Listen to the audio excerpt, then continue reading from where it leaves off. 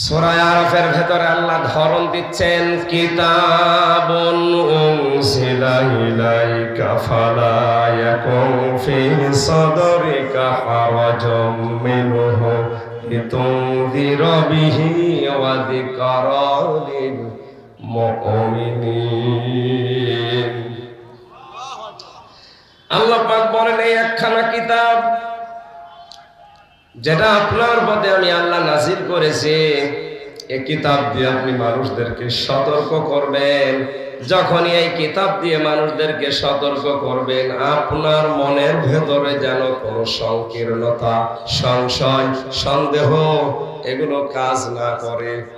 ওয়াজিকরা লিল মুমিনিন, এ কোরআন আমার মুমিন বান্দা বান্দীদের জন্য উপদেশ। সুবহানাল্লাহ। হারাজন শব্দের ব্যাখ্যা, জেলখানায় থাকাকালীনের আগে আমি যতগুলো তাফসির দেখেছি, ওখানে তাফসিরে ফি জিলালিল কোরআন, মারিফুল কোরআন আর তাফহিমুল কোরআন ছাড়া অন্য কিছু সেরকম পাওয়া যায় না। পাওয়া যায় যা সব বঙ্গবন্ধু জীবনী পড়বেন, সারাদিন পড়ে অসুবিধা নেই। আল্লামা মামুনুল হক, আল্লামা শাখাওয়াত হোসেন রাজি, এই দুইজন আলেম আমার দুই পাশে ছিল।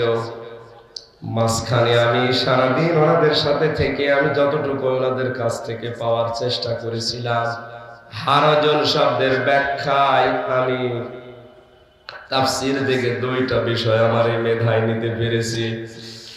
আল্লাহ পাক বলেন, নবী আপনি যখন কোরআন দিয়ে সতর্ক করতে যাবেন, নারায়ণগঞ্জবাসীকে মনে করেন, তখন হয়তো অনেকে আপনার বক্তব্য বিবৃতি শোনার পরে না বুঝে বিরোধিতা করতে পারে।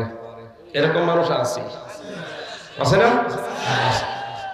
আমি যেটা বোঝাতে চাচ্ছি কোরআন দিয়ে, হয়তো ওইটা উনি না বুঝে উল্টা বুঝে বিরোধিতা করতে পারে। দ্বিতীয় নম্বরে, আপনি যখন কোরআন দিয়ে তাফসীর পেশ করবেন, তাফসীর শব্দের শাব্দিক অর্থ খুলে ফেলা। কি করা? খলস দিয়ে ঢাকা আছে, খলক উন্মুক্ত করা। চাদর দিয়ে ঢাকা আছে, চাদর ফেলে দেওয়া।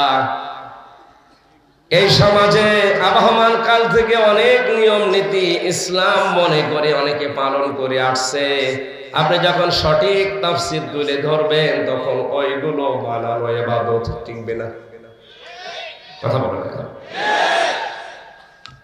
এটা আবহমান কাল থেকে যারা ইবাদত মনে করে ওইটা করে আসছে, কোরআনের তাফসীর করলে ওইগুলো যখন মিলবে না, ওই মানুষগুলো তখন মন খারাপ করতে পারে। এতদিন যারা আপনাকে হাদিয়া দিত, তোফা দিত, নজর নিয়াজ দিত, ওইগুলো বন্ধ হয়ে যাওয়ার সম্ভাবনা আছে। এই জন্য আল্লাহ পাক বলেন, হে নবী আপনি ওই দিকেও খেয়াল করবেন না, আপনি খেয়াল করবেন দাওয়াত দেওয়ার সময় আমি আল্লাহর দিকে। সুতরাং কোরআন উপস্থাপন করার যে দুইটা ধরন বললাম, এই দুইটা সামনে রেখে কে বেজার হবে, কে হাদিয়া তোফা বন্ধ করে দেবে, কে খুশি হবে, ওই দিকে না। মহান আল্লাহ নবীকে ডাক দিয়ে বলেছিলেন, ইয়া আইয়ুহার রাসূল বাল্লিগ মা উনজিলা ইলাইকা মির রাব্বিক ওয়া ইল্লাম তাফআল ফামা বাল্লাগতা রিসালাতা ওয়াল্লাহু ইয়াসিমুকা মিনান নাস ইন্নাল্লাহা লা ইয়াহদিল কওমাল কাফিরিন। সূরা মায়েদা 6 নম্বর পারা 18 নম্বর পৃষ্ঠা 11 নম্বর লাইনের 67 নম্বর আয়াতে আছে। আমি যত তাফসীর আয়াতের সাথে মিলিয়েছি প্রায় 42টা পর্যন্ত আমার মনে পড়ছে। সব মুফাসসির এই আয়াতের ব্যাপারে একমত। হে রাসূল আপনি তাবলীগ করেন। বাল্লিগ এটা আমর, আল্লাহর আদেশ, এটা বান্দার জন্য নফল না ফরজ? আরো জোরে বলেন বলেন। সুতরাং তাবলীগ করা ফরজ। এখন আপনি তাবলীগ করবেন কি দিয়ে? মা উনজিলা ইলাইকা মির রাব্বিক, আপনার রবের পক্ষ থেকে আপনার উপরে যেটা নাযিল হয়েছে নারায়ণগঞ্জবাসী আমরা এক বাক্যে বলতে পারি, তার নাম কি? সুতরাং তাবলীগ যদি করা লাগে, প্রচার করা লাগে, প্রসার করা লাগে কিসের? আমার বাবার কথা প্রচার করা জায়েজ নেই, আমার দাদা কি করেছে ওইটা বলার দরকার নেই, বলতে হবে আমার আল্লাহ কি বলেছে। তাবলীগ হবে কে দিয়ে? আরো জোরে, কোরআন দিয়ে। যদি আপনি তাবলীগ না করেন, রিসালাতের যে গুরুত্বপূর্ণ দায়িত্ব আপনাকে আমি দিয়েছিলাম ওইটা যেন আপনি পালনই করেননি। আমি জানি কোরআনের তাবলীগ করতে গেলে বাধা আসবে, বিপত্তি আসবে, বিপদ আসবে, আমি আল্লাহ জানি। এই জন্য মিনান নাস, বাধা বিপত্তি বিপদ যত আসবে, ষড়যন্ত্র যত আসবে, আমি আল্লাহ আপনাকে মানুষের ষড়যন্ত্র থেকে বাঁচাবো। মোসারে বর্তমান, ভবিষ্যৎ, প্রেজেন্ট, ফিউচার, শুধুমাত্র আপনাকে এখন না, তাহলে তো আমি দিতাম না।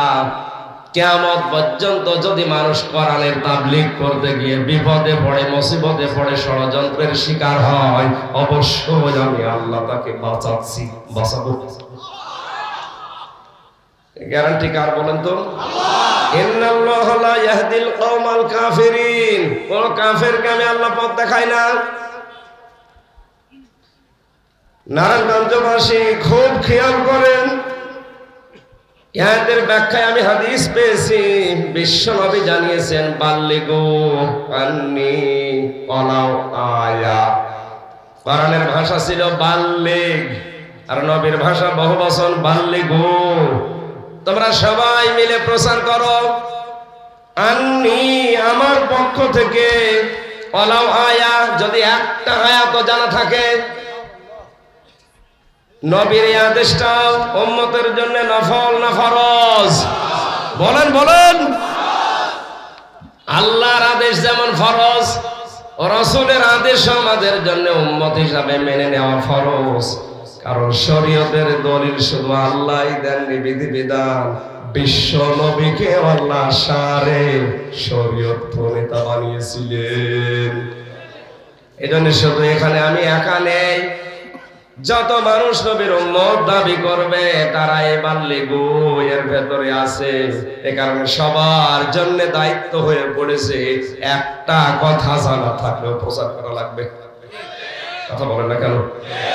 আমার যতটুকু আয়ত্ত আছে, আমার যতটুকু জানা আছে, ওইটাই প্রচার করা নামাজের মতো, রোজার মতো, পর্দার মতো ফরজ।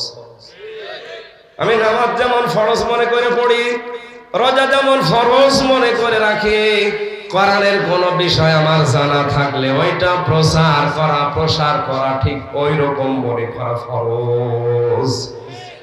আলহামদুলিল্লাহি রাব্বিল মাশরিকাইন ওয়া রাব্বিল মাগরিবাইন আল্লাযী খালাকা কুল্লা শাইইন যাওজাইন وأوجب علينا الإحسان بالوالدين ونشهد أن لا إله إلا الله وحده لا شريك له وأشهد أن محمدا عبده ورسوله سيد الكونين صلى الله عليه وعلى آله وأصحابه وأتباعه أجمعين ليلا ونهارا في الطرفين.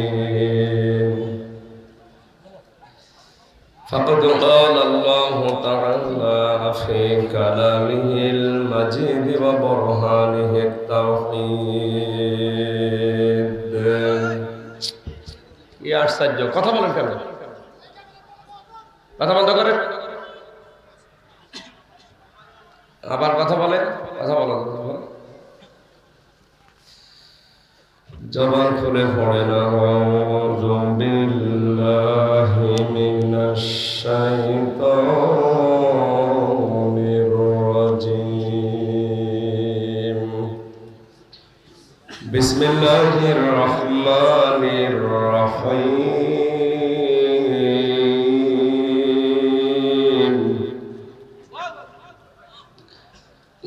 ابتلى إبراهيم ربه بكلمات فأتمهن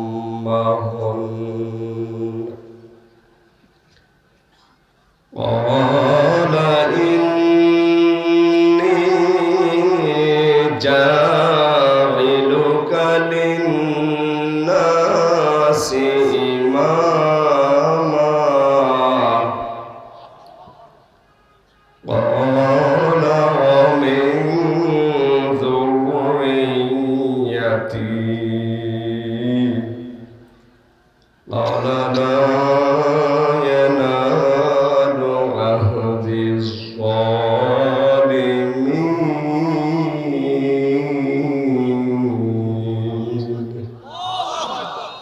صدقت يا ربنا.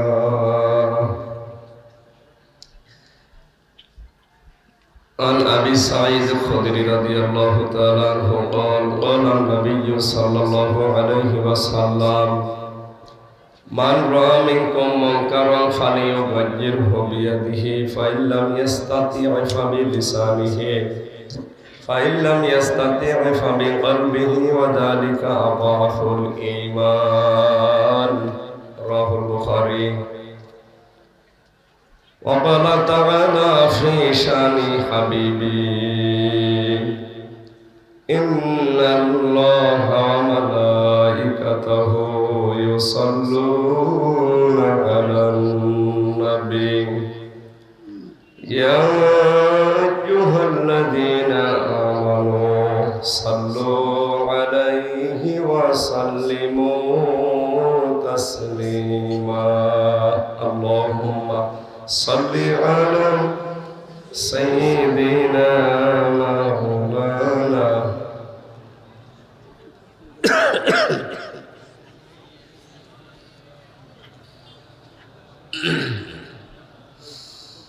আমার একটা স্বপ্ন পূরণ করো ওগো দয়াময়, তোমার পথে চলতে গিয়ে মরণ যেন হয় আমার, তোমার কথা বলতে গিয়ে না পাই যেন ভয়। আল্লাহুম্মা ইন্নী আসআলুকা শাহাদাতান ফি সাবিলিক। আলহামদুলিল্লাহ। বাংলাদেশের ঐতিহ্যবাহী জেলা নারায়ণগঞ্জ বন্দর থানার অন্তর্গত মোসাফুর পশ্চিমপাড়া জামে মসজিদ যুব সংগঠন ও এলাকাবাসীর যৌথ উদ্যোগে 20তম 2 দিনব্যাপী ঐতিহাসিক তাফসীরুল কোরআন মাহফিলের সমাপনী রজনীর সন্ধান সভাপতি জনাব মোহাম্মদ মনসুরুল আলম মঞ্জু ভাই, মাহফিলের প্রধান অতিথি শাইখুল মাশায়েখ মুসাফর ইউনিয়ন পরিষদের মাননীয় চেয়ারম্যান আমার আরাফাতের ভাই হাজী মোহাম্মদ মাকসুদ হোসেন, বিশেষ অতিথি আলহাজ শহীদুল ইসলাম শহীদ ভাই, অন্যান্য অতিথিবৃন্দ, অনেকগুলো মানুষের নাম দেখতে পাচ্ছি। একটা একটা করে যদি নাম বলে আর দোয়া করি, এমনিতে অনেক রাত হয়ে গেছে। আর আমার শরীর এবং কণ্ঠের যে অবস্থা, দোয়া করতে করতে দেখা যাচ্ছে কণ্ঠ বসে গেল। এই জন্য একবার দোয়া করে দিলাম, রফা'না লাকা যিকরাক। এই সম্মান মর্যাদা আমরা শুধু দুনিয়ায় চাই না, এটা যেন আখিরাতেও থাকে। সেই রকম কাজকর্ম করার তৌফিক আল্লাহ তাদের দান করুন, বলেন আমিন। এখানে এতক্ষণ পর্যন্ত যারা কথা বললেন কোরআন এবং হাদিস থেকে, বিশিষ্ট ইসলামী চিন্তাবিদ মুফাসসিরে কোরআন, আমি যাদেরকে ভালোবাসি আল্লাহর জন্য, তার ভেতরে অন্যতম মাওলানা এম হাসিবুর রহমান হাসিব, সিলেট। আতাবাল্লাহু উমরাহু ওয়া বারাকাল্লাহু ফি হায়াতি, বলেন আমিন। কথা রেখেছেন মুফতি মাওলানা মাসুম বিল্লাহ ইবনে নাঈম। কথা রাখার কথা ছিল যাদের, মাওলানা হুসাইন আহমেদ মাহফুজ, মাওলানা ফায়জুল্লাহ হাবিবি, আল্লাহ আলেমদের কথাগুলো বাস্তবে আমল করার তৌফিক দিন, আমিন। এ মাহফিল করতে গিয়েছে, যুবকরা শ্রম দিয়েছে, যুবকদের যে মা পেটে নিয়েছেন আল্লাহ যেন খাদিজাতুল কুবরার মতো কবুল করেন। মঞ্চে বসা ওলামায়ে কেরাম, সামনে বসা মুসলমান ভাইরা, পর্দার আড়ালের সম্মানিত মা এবং বোনেরা, প্রশাসনের ভাইরা, প্রাণপ্রিয় নারায়ণগঞ্জবাসী, আমরা আলেমদের সম্মান কামনা করেছি। কাদের? জবাব দেন, কাদের? একটা ক্লাস চলছে, আমরা দুইজনই এখানে বিশ্ববিদ্যালয় থেকে পাশ করা। আমাদের ক্লাসগুলো যখন স্যারেরা নেয় সর্বোচ্চ 45 মিনিট, 45 মিনিট হয়ে গেলে আর একটা ঘন্টা হয়, এরপরে নতুন স্যার এসে এই স্যার চলে যায়। আপনাদের কি মনে হয় স্যারদের যোগ্যতা নেই এই জন্য 45 মিনিট ক্লাস শেষ? হ্যাঁ, বিশ্ববিদ্যালয়ে যারা স্যার হয়, বিভিন্ন দেশ থেকে যারা ডক্টরেট করে আসে, বিশেষ করে আমার ভার্সিটির ডক্টর লোকমান স্যার, আমার মনে হয় উনি যদি কোনো শব্দ নিয়ে গবেষণামূলক ভাবে ক্লাস নেয়, 45 মিনিট না 45 ঘন্টা গেলেও বুঝবেন না যে আসলে ক্লাস হচ্ছে কি। সময় যে কখন চলে যায় কিছু টের পাওয়া যায় না, এত জ্ঞান আল্লাহ তাকে দিয়েছে। ডক্টর হিজবুল্লাহ, এই মানুষগুলো কি সর্বোচ্চ 45 মিনিটের উপরে ক্লাস নিতে দেয় না কেন? কারণ মানুষের এই মেধায় কথা ধরার একটা লিমিট আছে। উনি প্রায় 1 ঘন্টা 15-20 মিনিট কথা বললেন। আমারও হয়তো ঘন্টাখানেক বলা লাগবে যদি শরীর সাপোর্ট করে। জানেন ভেতরে যে 3 বছর ছিলাম, কি খেয়েছি না খেয়েছি আল্লাহ জানে, আর ওই ওরা জানে। ভেতরে সবচেয়ে ঝামেলা আছে খাবারের। আমরা ছিলাম যেহেতু হাই সিকিউরিটিতে, মানে বাইরের খাবার ঢুকতে দেয় না। তো আর রোগ শোক হলে সব রোগের এক ঔষধ, যে রোগের কথাই বলে প্যারাসিটামল নাই না পা। 3 বছরে এই দিয়ে দিয়ে ভেতরের কল কবজা সব নষ্ট করে ফেলেছে। এখন স্বাভাবিক হতে সময় লাগছে, কিন্তু আপনারা তো ছাড়েন না। আমি মনে করলাম আরো কিছুদিন পরে শুরু করি, না আশা লাগবে। এই যে এসে আমার এখন শরীর চলছে। এমনি তো আমি তো আর মাওলানা মামুনুল হকের মতো এরকম সিংহ পুরুষ না, আমার শরীরই চলে না। তারপরে অন্তত দাঁড়িয়ে দোয়া চাচ্ছে। একদিকে আমি মুসাফির, আর একদিকে অসুস্থ, আর একদিকে আমি মজলুম। এখন পর্যন্ত আমি যেখানে যাই তাই সেখানে কিরামান কাতিবিন আগেই হাজির হয়ে যায়। এখানে কত আছে আল্লাহ জানে।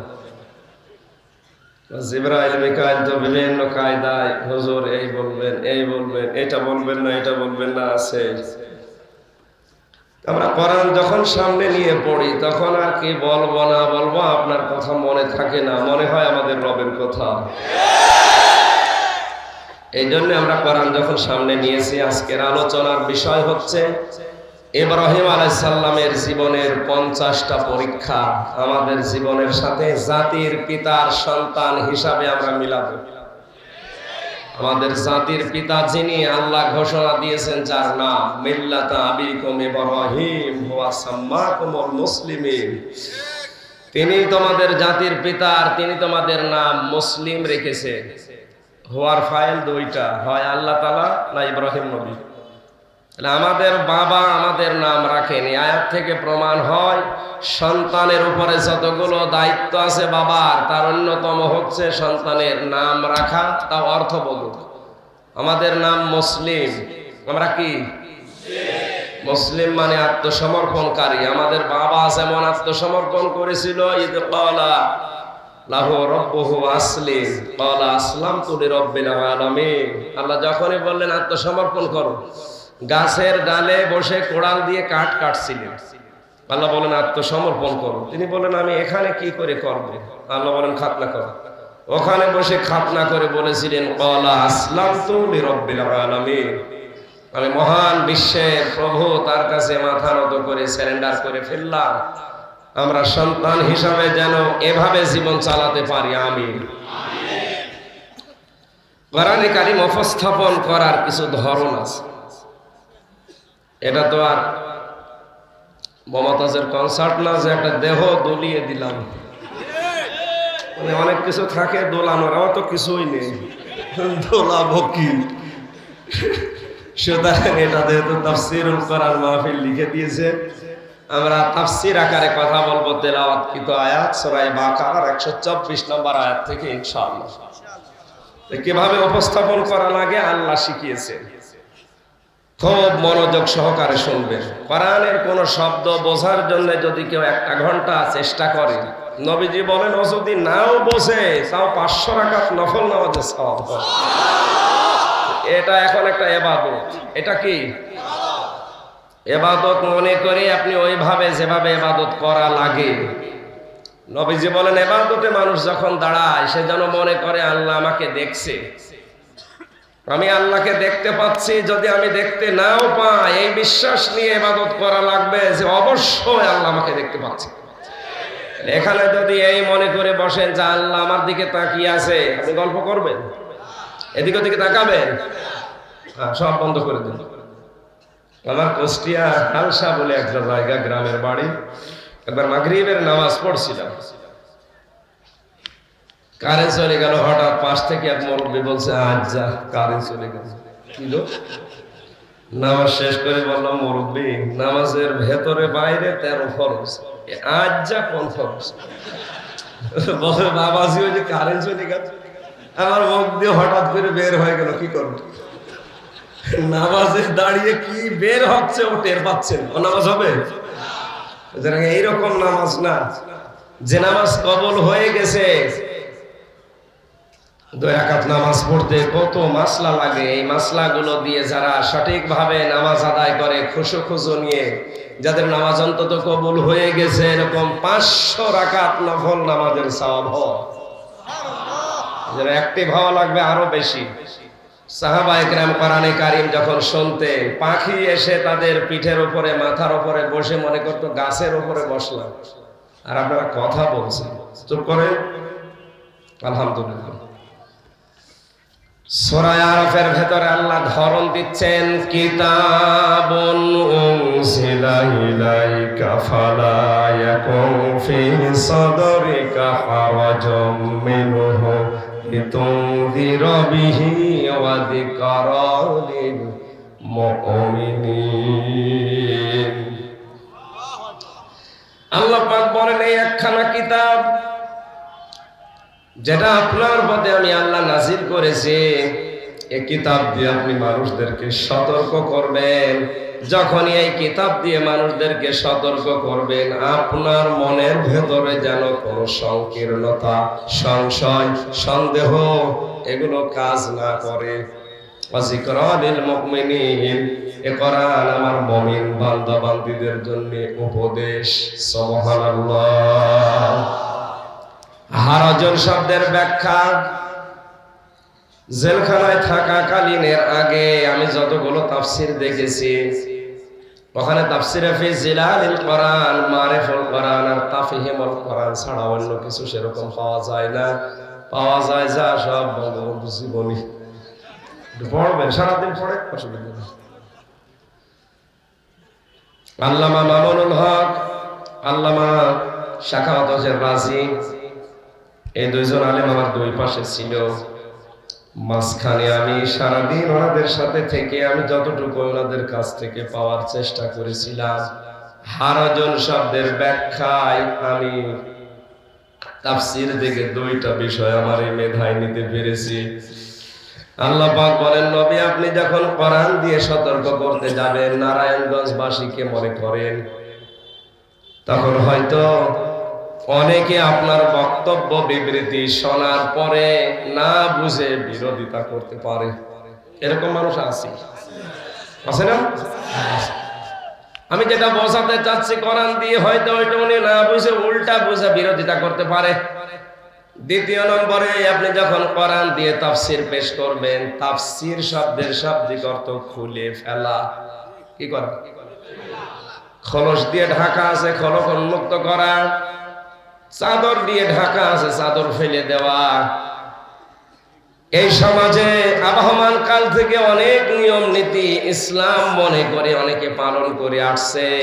আপনি যখন সঠিক তাফসীর তুলে ধরবেন তখন ওইগুলো বানানো ইবাদত টিকবে না। কথা বলেন না? এই যে আবহমান কাল থেকে যারা ইবাদত মনে করে ওইটা করে আসছে, কোরআনের তাফসীর করলে ওইগুলো যখন মিলবে না, ওই মানুষগুলো তখন মন খারাপ করতে পারে। এতদিন যারা আপনাকে হাদিয়া দিত, তোফা দিত, নজর নিয়াজ দিত, ওইগুলো বন্ধ হয়ে যাওয়ার সম্ভাবনা আছে।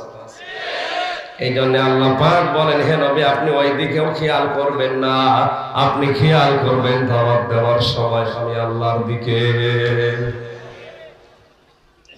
সুতরাং কোরআন উপস্থাপন করার যে দুইটা ধরন বললাম, এই দুইটা সামনে রেখে কে বেজার হবে, কে হাদিয়া তোফা বন্ধ করে দেবে, কে খুশি হবে ওই দিকে না। মহান আল্লাহ নবীকে ডাক দিয়ে বলেছিলেন, ইয়া আইয়ুহার রাসূল বাল্লিগ মা উনজিলা ইলাইকা মির রাব্বিক ওয়া ইল্লাম তাফআল ফামা বাল্লাগতা রিসালাতা ওয়াল্লাহু ইয়াসিমুকা মিনান নাস ইন্নাল্লাহা লা ইয়াহদিল কওমাল কাফিরিন। সূরা মায়েদা 6 নম্বর পারা 18 নম্বর পৃষ্ঠা 11 নম্বর লাইনের 67 নম্বর আয়াতে আছে। আমি যত তাফসীর আয়াতের সাথে মিলিয়েছি প্রায় 42টা পর্যন্ত আমার মনে পড়ছে। সব মুফাসসির এই আয়াতের ব্যাপারে একমত, হে রাসূল আপনি তাবলীগ করেন। বাল্লিগ এটা আমর, আল্লাহর আদেশ, এটা বান্দার জন্য নফল না ফরজ? আরো জোরে বলেন বলেন। সুতরাং তাবলীগ করা ফরজ। এখন আপনি তাবলীগ করবেন কি দিয়ে? মা উনজিলা ইলাইকা মির রাব্বিক, আপনার রবের পক্ষ থেকে আপনার উপরে যেটা নাযিল হয়েছে। নারায়ণগঞ্জবাসী আমরা এক বাক্যে বলতে পারি, তার নাম কি? সুতরাং তাবলীগ যদি করা লাগে, প্রচার করা লাগে, প্রসার করা লাগে কিসের? আমার বাবার কথা প্রচার করা জায়েজ নেই, আমার দাদা কি করেছে ওইটা বলার দরকার নেই, বলতে হবে আমার আল্লাহ কি বলেছে। তাবলীগ হবে কে দিয়ে? আরো জোরে। কোরআন দিয়ে যদি আপনি তাবলীগ না করেন, রিসালাতের যে গুরুত্বপূর্ণ দায়িত্ব আপনাকে আমি দিয়েছিলাম ওইটা যেন আপনি পালনই করেননি। আমি জানি কোরআনের তাবলীগ করতে গেলে বাধা আসবে, বিপত্তি আসবে, বিপদ আসবে, আমি আল্লাহ জানি। এই জন্য ইয়াসিমুকা মিনান নাস, বাধা বিপত্তি বিপদ যত আসবে, ষড়যন্ত্র যত আসবে, আমি আল্লাহ আপনাকে মানুষের ষড়যন্ত্র থেকে বাঁচাবো। ইয়াসিম মোজারে বর্তমান, ভবিষ্যৎ, প্রেজেন্ট, ফিউচার, শুধুমাত্র আপনাকে এখন না, তাহলে তো আমি ইয়াসিম দিতাম না। কিয়ামত পর্যন্ত যদি মানুষ কোরআনের তাবলীগ করতে গিয়ে বিপদে পড়ে, মুসিবতে পড়ে, ষড়যন্ত্রের শিকার হয়, অবশ্যই আমি আল্লাহ তাকে বাঁচাচ্ছি, বাঁচাবো। গ্যারান্টি কার বলেন তো? ইন্নাল্লাহা লা ইয়াহদিল কওমাল কাফিরিন, কোন কাফেরকে আমি আল্লাহ পথ দেখাই না। নারায়ণগঞ্জবাসী খুব খেয়াল করেন, আয়াতের ব্যাখ্যায় আমি হাদিস পেয়েছি, বিশ্বনবী জানিয়েছেন বাল্লিগু আন্নি ওয়ালাউ আয়া। কোরআনের ভাষা ছিল বাল্লিগ, আর নবীর ভাষা বহুবচন বাল্লিগু। তোমরা সবাই মিলে প্রচার করো, আন্নি আমার পক্ষ থেকে, ওয়ালাউ আয়া যদি একটা আয়াতও জানা থাকে। নবীর এই আদেশটা উম্মতের জন্য নফল না ফরজ? বলেন বলেন। আল্লাহর আদেশ যেমন ফরজ, ও রাসূলের আদেশ আমাদের জন্য উম্মত হিসাবে মেনে নেওয়া ফরজ। কারণ শরীয়তের দলিল শুধু আল্লাহই দেননি, বিধিবিধান বিশ্ব নবীকে আল্লাহ সারে শরীয়ত প্রণেতা বানিয়েছিলেন। এজন্য শুধু এখানে আমি একা নেই, যত মানুষ নবীর উম্মত দাবি করবে তারা এই বাল্লিগু এর ভেতরে আছে। এ কারণে সবার জন্য দায়িত্ব হয়ে পড়েছে, একটা কথা জানা থাকলেও প্রচার করা লাগবে। কথা বলেন না কেন? আমার যতটুকু আয়ত্ত আছে, আমার যতটুকু জানা আছে, ওইটাই প্রচার করা নামাজের মতো, রোজার মতো, পর্দার মতো ফরজ। আমি নামাজ যেমন ফরজ মনে করে পড়ি, রোজা যেমন ফরজ মনে করে রাখি, কোরআনের কোন বিষয় আমার জানা থাকলে ওইটা প্রসার করা ঠিক ওই রকম মনে করা ফরজ। আজ অনেকে আমরা জানি না কোরআন শরীফ, অনেকে এই ধারণা করে বসে আছে যে জানার নাম ইসলাম না, মানার নাম ইসলাম। এটা শয়তানি। কথা বলছেন না? আপনি যদি না জানেন তো কি মানবেন? আপনি খেয়াল করেন তো, পুরা কোরআনে আল্লাহ নামাজের ফরজ আগে দেননি, যাকাতের ফরজ আগে দেননি, রোজার ফরজ আগে দেননি, হজের ফরজ আগে দেননি। সর্বপ্রথম যে ফরজটা দিয়েছেন সেটা হচ্ছে ইকরা, পড়েন। কি করেন? আপনি না পড়লে কিভাবে জানবেন? আবার অনেকেই, বিশেষ করে বাংলাদেশ, ভারত আর পাকিস্তান, এই তিনটা দেশে আমি যতটুকু গেছি, এদের ধারণা যে আমি জানি না তাই মানি না। না, আপনি জানেন না কেন? আপনার অপরাধ এটা। আপনি জানেন না, এটা আপনার কি? এই বলেন না কেন? মনে রাখবেন মুসলমানেরা, জানা ফরজ, মানা ফরজ। ইসলামের কোন বিধান আপনি জানেন, একটা ফরজ আদায় হয়েছে।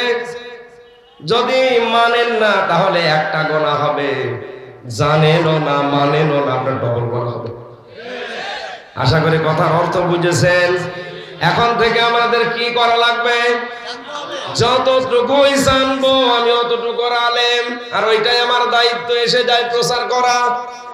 আজ বাংলাদেশে সবাই যদি এই বাল্লিগু আন্নী ওয়ালাউ আয়া এই হাদিসটা আমরা মেনে চলতাম, কোন আলেম এদেশে জেলখানায় থাকতো না। খালি ওই ৩-৪ জন জেল খাটবে কোন কারণে? ওরা কি চুরি করে, ডাকাতি করে, ধর্ষণ করে জেলে গেছে?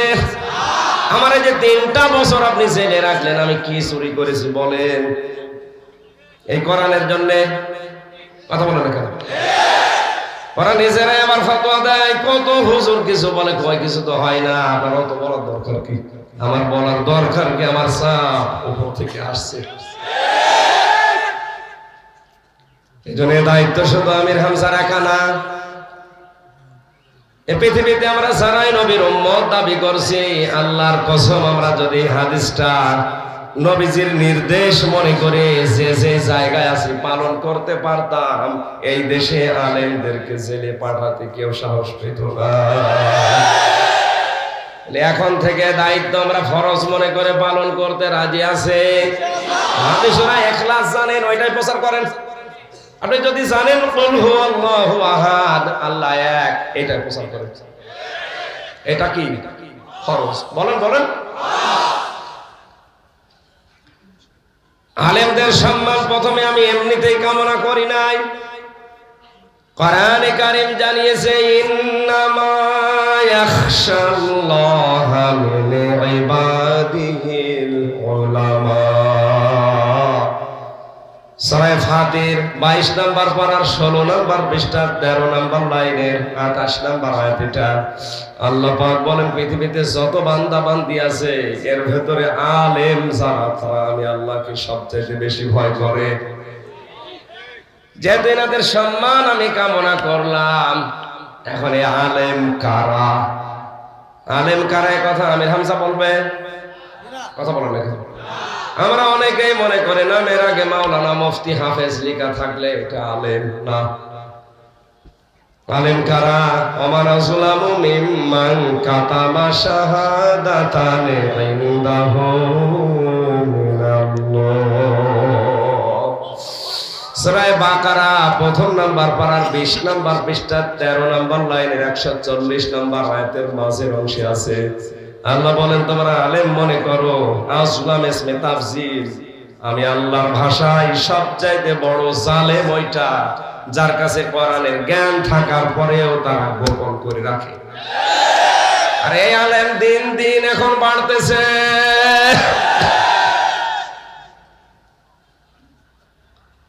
তাহলে আলেম কারা? আলেমের সংখ্যায় আমি তিনটা কথা পেয়েছি। এক নম্বরে যারা আল্লাহর কালাম নিয়ে চিন্তা ভাবনা করে, দিন দিন এখন এই সংখ্যা কমে যাচ্ছে। কোরআনের কোনো শব্দই বোঝে না, চিন্তা ভাবনা করবে কি?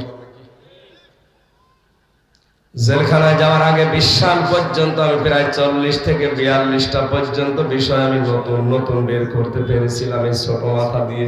ধর্ষণ করে জেলে গেছে। আমার এই যে 3টা বছর আপনি জেলে রাখলেন, আমি কি চুরি করেছি বলেন? এই কোরআনের জন্য কথা বলেন না কেন? ওরা নিজেরাই আবার ফতোয়া দেয়। কত হুজুর কিছু বলে, কয় কিছু তো হয় না। আপনার অত বলার দরকার কি? আমার বলার দরকার কি? আমার চাপ উপর থেকে আসছে। এই জন্য দায়িত্ব শুধু আমির হামজার একা না। এই পৃথিবীতে আমরা যারাই নবীর উম্মত দাবি করছি, আল্লাহর কসম আমরা যদি হাদিসটা নবীজির নির্দেশ মনে করে যে যে জায়গায় আছি পালন করতে পারতাম, এই দেশে আলেমদেরকে জেলে পাঠাতে কেউ সাহস পেত না। এখন থেকে দায়িত্ব আমরা ফরজ মনে করে পালন করতে রাজি আছে। হাদিসরা ইখলাস জানেন, ওইটাই প্রচার করেন। আপনি যদি জানেন কুল হুয়াল্লাহু আহাদ, আল্লাহ এক, এটা প্রচার করেন। এটা কি ফরজ? বলেন বলেন। আলেমদের সম্মান প্রথমে আমি এমনিতেই কামনা করি নাই। কোরআনে কারীম জানিয়েছে ইন্নামা ইয়াখশাল্লাহা মিন ইবাদিহিল উলামা। সূরা ফাতির 22 নম্বর পারার 16 নম্বর পৃষ্ঠা 13 নম্বর লাইনের 28 নম্বর আয়াত। এটা আল্লাহ পাক বলেন পৃথিবীতে যত বান্দা বান্দি আছে এর ভেতরে আলেম যারা, তারা আমি আল্লাহকে সবচেয়ে বেশি ভয় করে। যেহেতু এনাদের সম্মান আমি কামনা করলাম, এখন এই আলেম কারা? আলেম কারা এই কথা আমির হামজা বলবে? কথা বলেন না। আমরা অনেকেই মনে করে নামের আগে মাওলানা মুফতি হাফেজ লেখা থাকলে এটা আলেম না। আলেম কারা? ওমান আযলামু মিম্মান কাতাবা শাহাদাতান ইনদাহু মিনাল্লাহ। সূরা বাকারা 1 নম্বর পারার 20 নম্বর পৃষ্ঠা 13 নম্বর লাইনের 140 নম্বর আয়াতের মাঝের অংশে আছে। আল্লাহ বলেন তোমরা আলেম মনে করো। আযলাম ইসমে তাফজিল, আমি আল্লাহর ভাষায় সবচাইতে বড় জালেম ওইটা যার কাছে কোরআনের জ্ঞান থাকার পরেও তারা গোপন করে রাখে। আর এই আলেম দিন দিন এখন বাড়তেছে।